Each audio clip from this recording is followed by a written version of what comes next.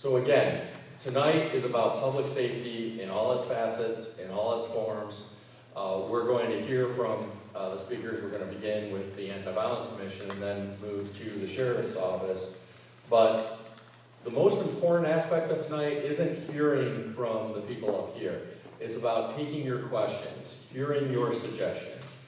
And so we're really looking forward to allowing you an opportunity to speak and ask questions. And don't pull any punches. You know, we're here to allow you to ask those tough questions and to be heard. So we really hope that you'll be candid, you'll be forthright, and you'll be honest about your concerns, your suggestions, and your questions. Without further ado, I'd like to, if I could, Bishop Murphy, would you be willing to say a prayer to open up the session this evening?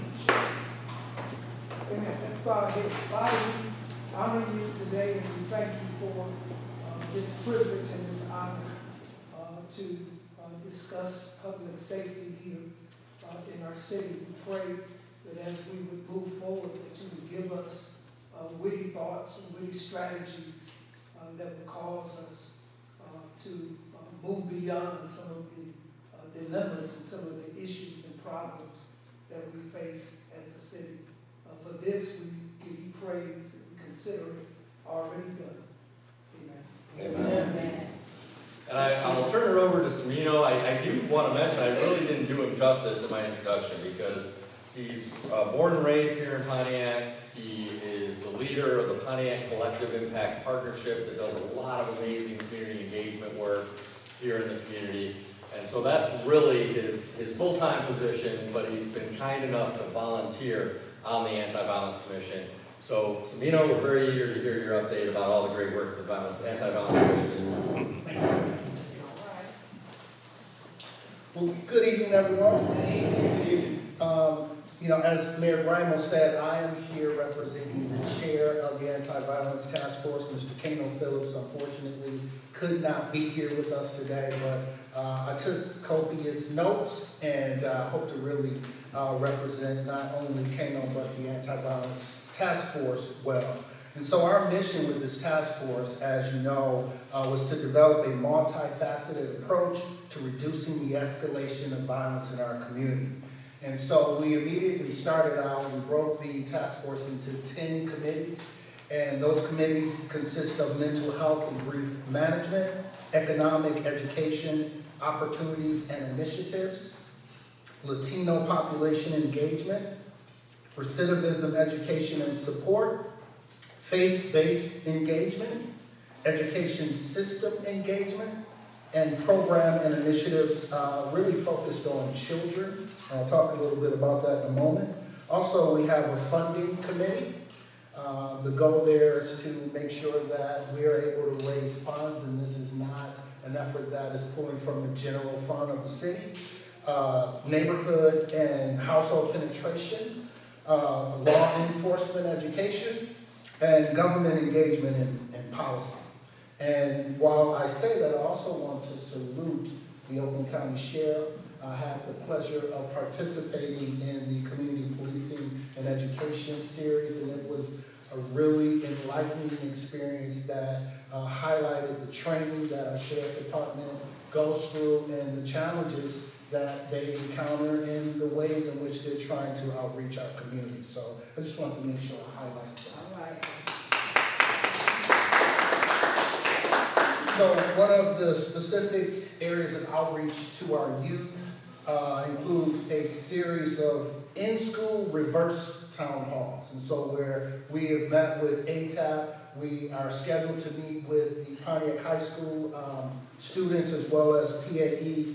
It really was an opportunity for students to talk about what they're experiencing around violence in their community and how it's impacting not just them, but their household as well. And so in January, we'll be at PHS, and we're scheduled to be at PAE as well. And it really was at ATAP a very enlightening discussion where we had a chance to hear some of the challenges that our kids are experiencing in the community as well as the schools. And so our goal was to listen to the kids, in particular our Black males.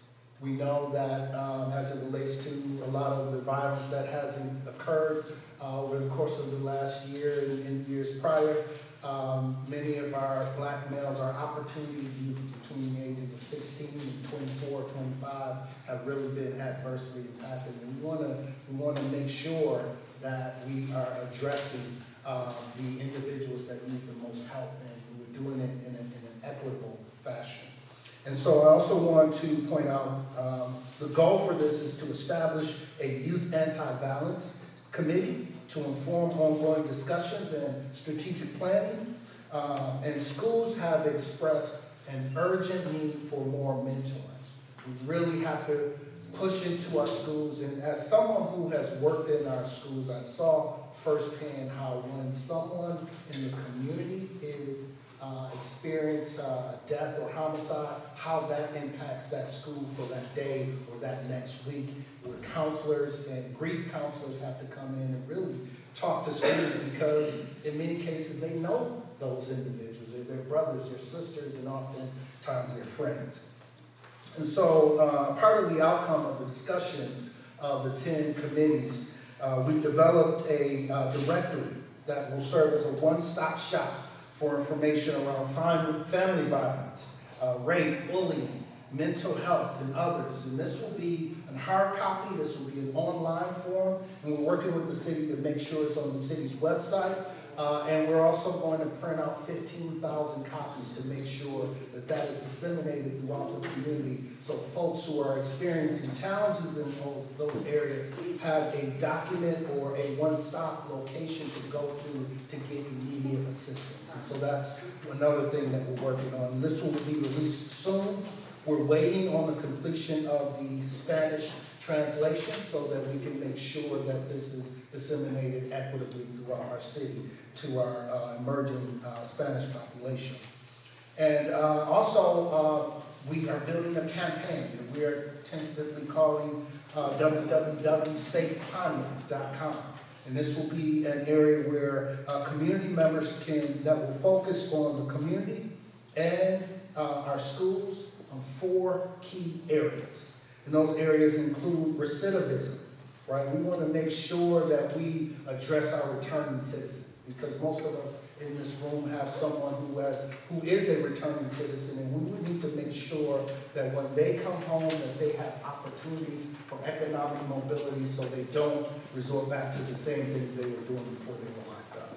And so part of that recidivism is to create a recidivism form that will consist of returning citizens, and those returning citizens will have an audience of policymakers, of citizens, of law enforcement agencies that can hear directly what their challenges are, so we can develop a strategy to help make sure that not only do they come home, but they stay home. In addition to that, we're planning an expungement fair. So we know that a lot of our young men and women who are returning citizens, many of which have not created violent crimes, should have an opportunity to have those crimes expunged so that they can actively participate in their own form of economic mobility, whether that's through entrepreneurship or developing or earning certifications or just upskilling their skill set. And then from that, the third leg of that is a job fair, where we're working with employers who are returning citizen friendly, who are willing to provide opportunities for them to go into employment opportunities that will pay a living wage. So that's number one. Or those are the 3 things that we want to do as a result of focusing on our recidivism rate. And the last thing that I'll touch on is ceasefire. We had an opportunity to go and visit the implementation of a ceasefire program. Commissioner Powell, Mayor Grimo, Kano Phillips, and myself, we had an opportunity to go and see what they're doing in Jackson around ceasefire. And in addition to going to visit Jackson, we've also met with U.S. attorneys, the Oakland County prosecutors, Oakland County Sheriff, as well as the city of Pontiac, in an effort to really inform our next steps. And just so you know, around ceasefire, the goal is really to help understand, identify, and prevent the escalation of violence by using community influencers, Oakland County law enforcement, as well as basic citizens that can really engage those who might be enraged as a result of some of the violent activities that have occurred in our community. And so this is a program that costs approximately $150,000 a year. And so we are working diligently to identify grant opportunities that will help fund that through the county, through some of our foundations that are in the community. We feel very confident that we can get this done without having to pull from the general fund budget of the city. So that's a general update about where we are, and I welcome and look forward to any questions or thoughts that you may have.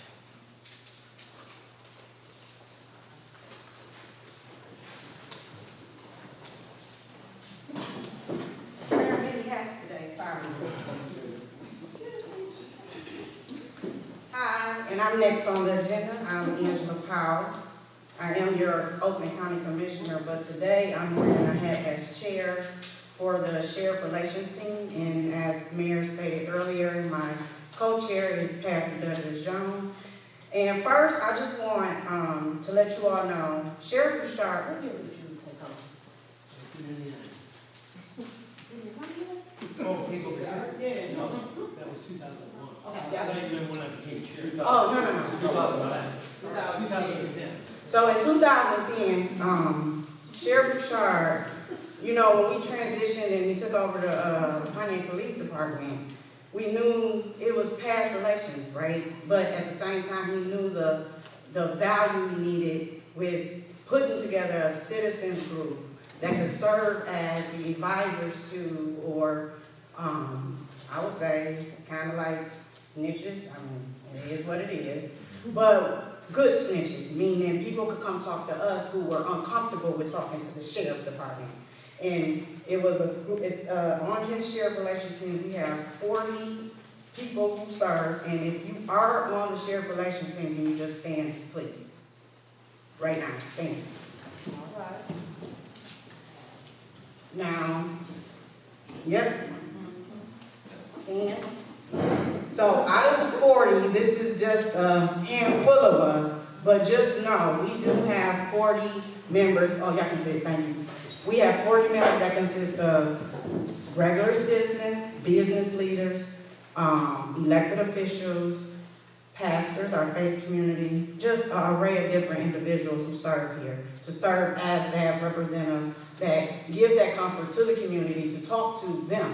And then we are okay. We all made that commitment to Sheriff Bouchard to be the ones who make them reports and to keep our community safe. That is our agenda, and that is what we go to these meetings. We meet, I think, quarterly we meet. And at that meeting, just to give you some updates, they inform us of things that's going on here. We get the stats, we get all the information, and then they allow us to then share that information amongst our community. So that is basically what the Sheriff Relations Team, that was his vision, and we have been there by his side ever since he took over the Pontiac Police Department. So I was gonna read like everybody on here, but I'm not gonna do that. At the end of the day, we asked them to be here if they could, and just know that we are working the website at the city to make sure that we list these individuals though, so that you at least know, because some of y'all may familiarize yourselves with them, and then have contact information or ways to try to get in contact with them. We're working on putting that information on our website so that you have that access to getting that information. So, that was the sums of my report, and I know Sheriff Bouchard may elaborate a little bit more, and I'll let him do that because this was his thing that he founded. But I just wanted to give that brief information, and now I'll turn it over to who next? Sheriff Bouchard. Oh, Sheriff Bouchard.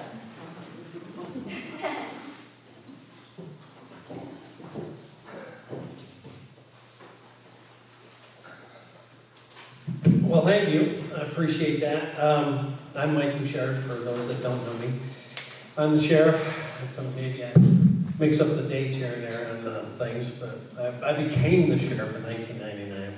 started police operations here in 2010. A little philosophical background of what I think our job is, and it's not the traditional just respond to calls. It's how can we service the community? How can we engage the community? How can we fill holes where the community has needs that may not have anything to do with law enforcement, but has everything to do with being servants. You know, I'm not an eloquent pastor or bishop or anything, but I think we're all put here to be servants of each other. And especially for us that put on a uniform, whether it's military, police, or fire service, we do it because we want to make a difference, not because the money's great, because it's not, or the hours are great, because they're not, but because you want to make a difference. You want to be there when people need something at sometimes the worst moment of their life. So that's why I got into it. I was going to college to be a doctor and started volunteering with some abused kid programs and some suicide awareness hotlines. And I saw things I had never encountered because I came from a two-parent household with nothing but love and never knew anything about a neglected or an abused child. So that drew me in, and I ended up changing my major from pre-med to police administration, and I got my degree and became a cop, and my parents asked what happened. But what happened was I followed my heart, like lots of you in this room, where I thought I could serve. And that's what I think the men and women of the sheriff's office feel, that calling every day, and that's what we try to do, is to be servants. So a lot of the programs that we do really have nothing to do with law enforcement, but everything to do with service. So we actually run more programs, I think, than any other police agency I'm aware of in the country in terms of community service programs. And a lot of people aren't aware of that.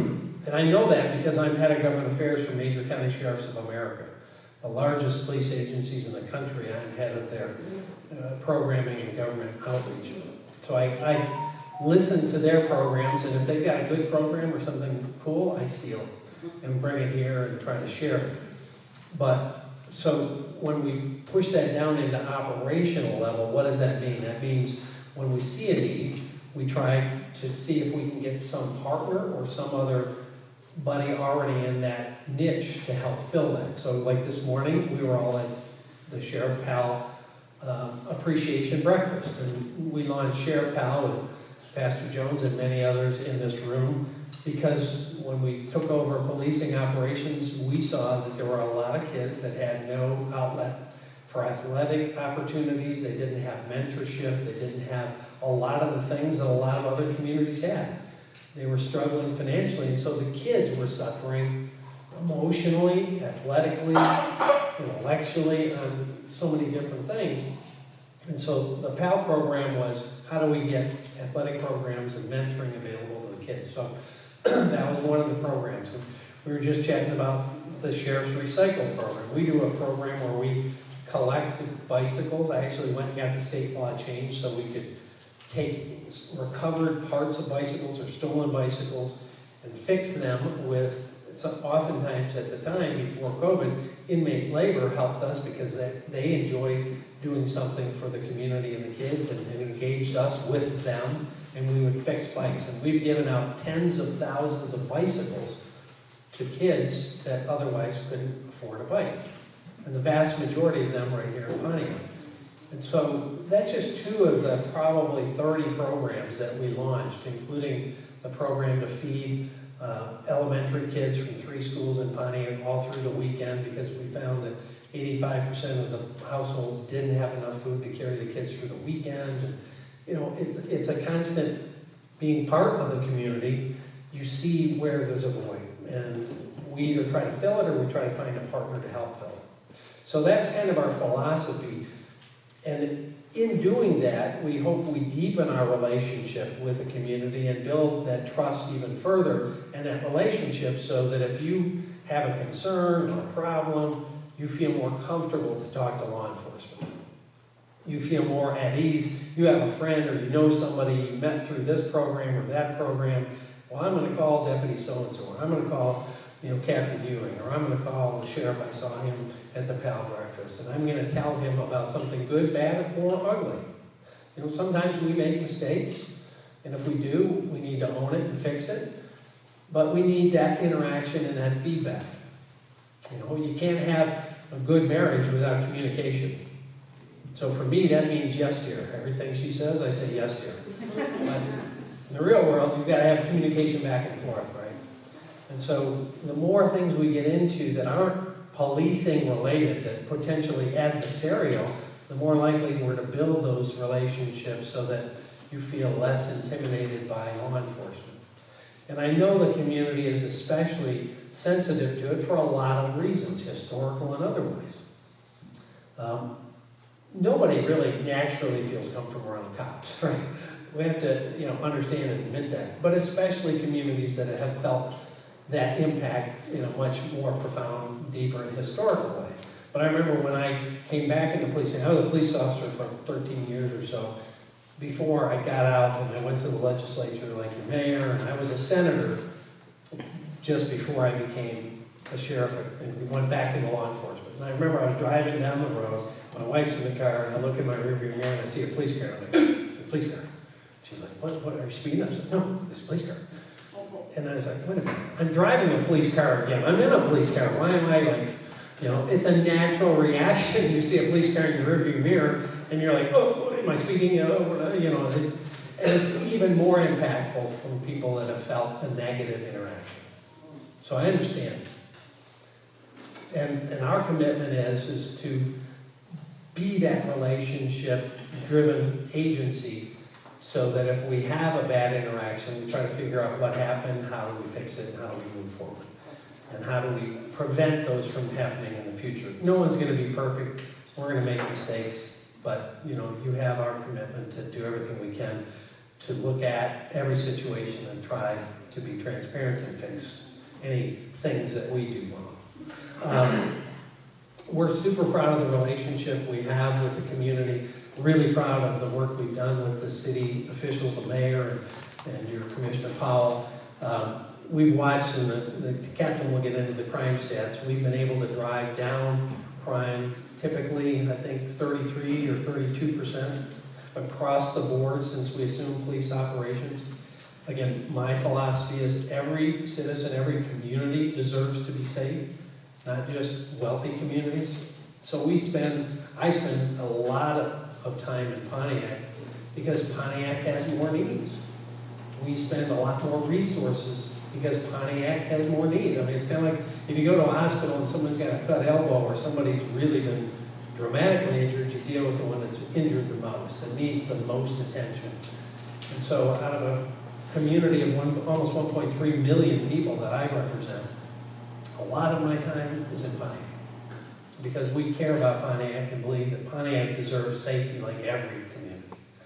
So that's kind of our philosophy.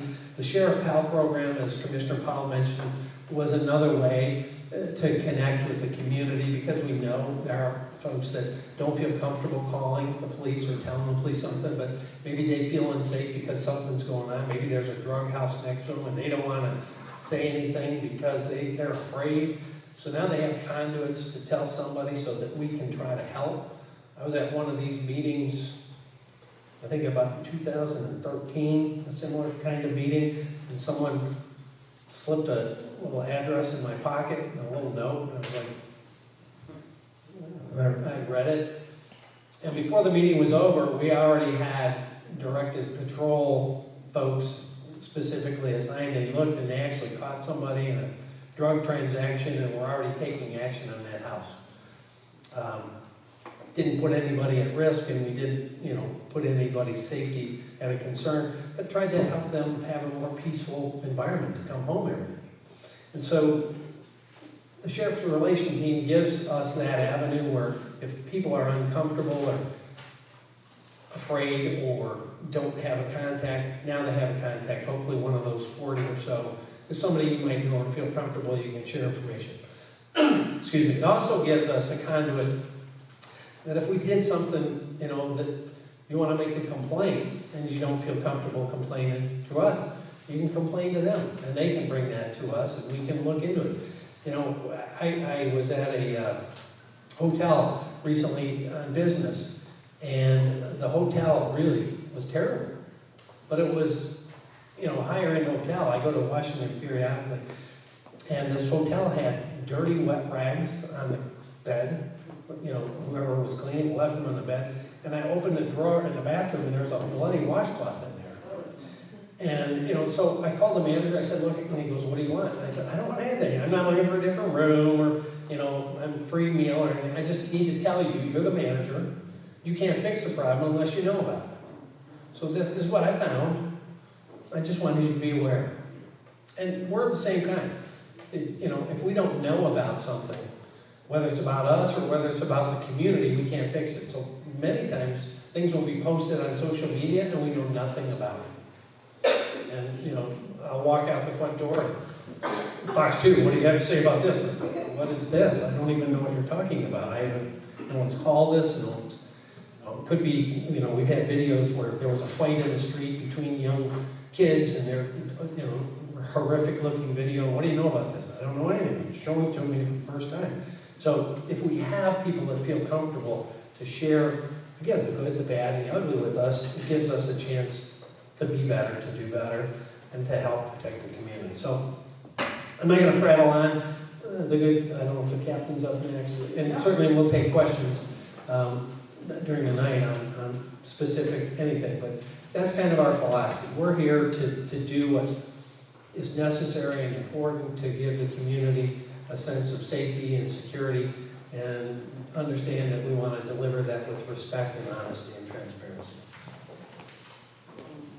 And this is Deputy Max. He's one of our 10 comfort dogs. He's usually the hit in the room. He or his brothers and sisters. We got them pre-COVID, not realizing how many challenges emotionally and mentally many of our citizens would face with COVID and suicide rates and drug addiction spiking during COVID and the isolation and anxiety. And then, of course, all the dogs were at the reopening of Oxford High School to help the kids in a stressful time. And so they've been a blessing to our agency. We have 10 of these guys, and we're going to add 2 more in December. So one's posted to the Pontiac substation with Deputy Gil Garrett, and they're all across the county. So hopefully you'll meet our comfort dogs, and they won't bite you. One very nice lady was afraid. So thanks so much.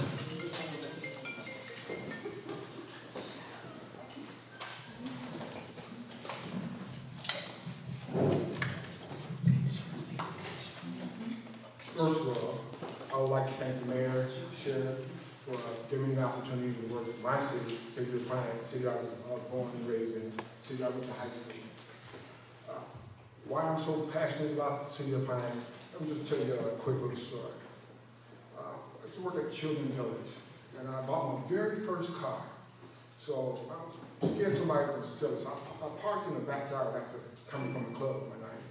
And as I was over on Wall Street, and as I was getting out my car, somebody walked across the field with a long trench coat. And as they got closer to me, a shotgun was coming from under the trench coat. And the first thought that came to my mind was run, right? So before I can run, he was within like 10 feet of me. And he pointed the shotgun at my head, and he said basically, I thought you was Johnny. I don't know who Johnny is, who Johnny was, but I'm glad I wasn't Johnny. So I stuck the shotgun back underneath his coat and walked away. So sometimes it's not what we want to do, because I always wanted to be a basketball player. I thought I had a good chance. This is what the Lord wants us to do. This is what the road the Lord lead us down. So I'm glad they gave me the opportunity to represent my city. I should say our city. And so I'm passionate about what we do here. Our crime stats have went down. Last year we had 32 drive-by shootings. This year we only had 4 so far. In 2020, we had 1,800 assaults. In 2021, 1,700. And so far this year, 1,400 assaults. In 2020, we had 246 meetings. In 2021, 250. And so far this year, 170. MDOPs, which is damage to property. In 2020, we had 473. Last year, we went up like 3. We had 476. So far this year, we had 341. Drug-related calls. In 2020, we had 262. Last year, 241. This year, 152. In 2020, we had 11 homicides. Last year we had 15 homicides. Out of that 11 in 2020, we solved 10. Out of the 15 we had last year, we solved 13. We had so far this year, we had 11, which we solved 10. The national rate of solving homicides is 66%. We up around 90%.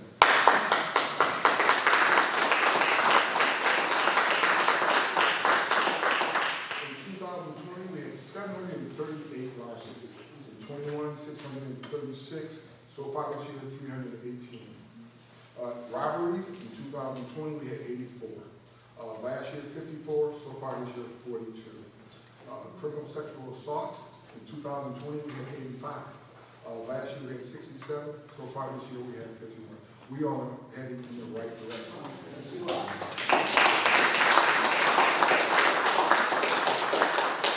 Recently, we had an outcry about the body cam. October 3rd this month, now all the deputies are wearing body cameras. Each deputy has to go through an hour of training. Now, just like any other device, sometimes it's a malfunction, but we got things in place. If you go to an incident and your camera's not working, you need to tell us right then, and we want you to write a memo. We want to make sure you turn this on. We want to make sure if something happened, we get the right information. We don't want to know what you said. We want to see what the body camera said, even though we know that sometimes it gets captured on the body camera. It's not everything that happened. But we just want to make sure these deputies have it on. The sheriff is kind enough to make sure Pontiac Station is the first one to get the body cameras in the department. So that's very good. This year, we experienced a lot of nuisance complaints, the four-wheeler complaints, a lot of parties and stuff like that. Our policy towards four-wheelers, we cannot chase. We don't want to put the driver at danger. We don't want to put you at danger.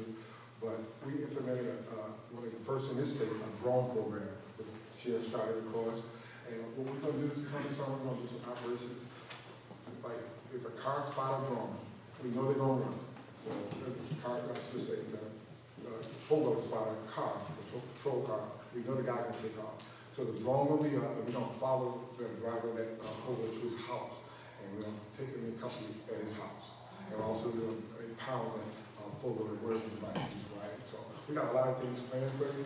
We just want to keep this city safe. And going forward, we're going to work hard for you. We got a couple proposals in with the mayor. Growing up and living here, I see what's going on. I see, I hear you cry. I know we need traffic. We're addressing that.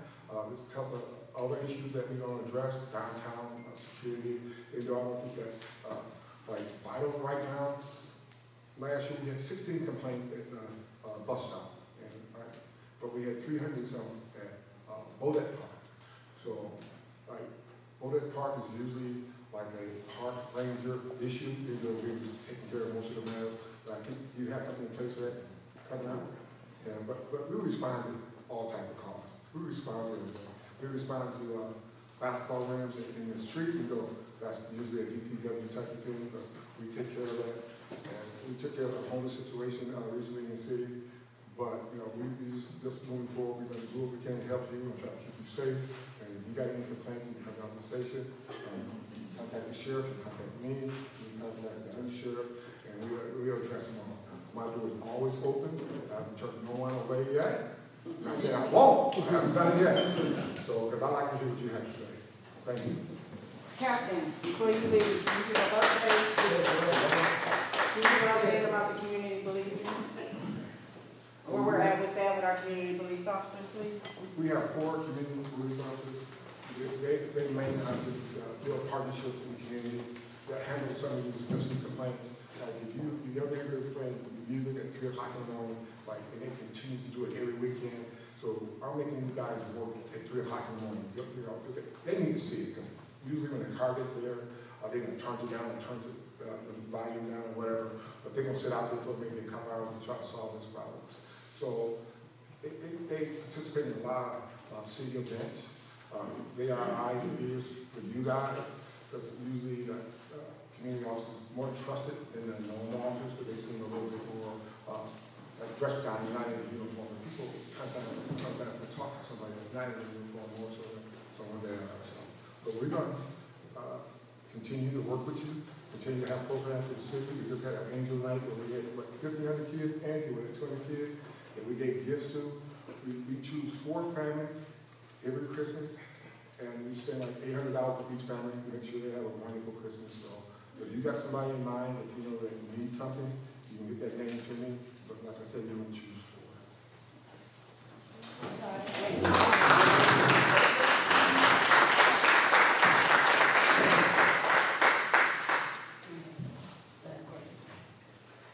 So we're now going to take questions. I know some of you have already referred questions in writing.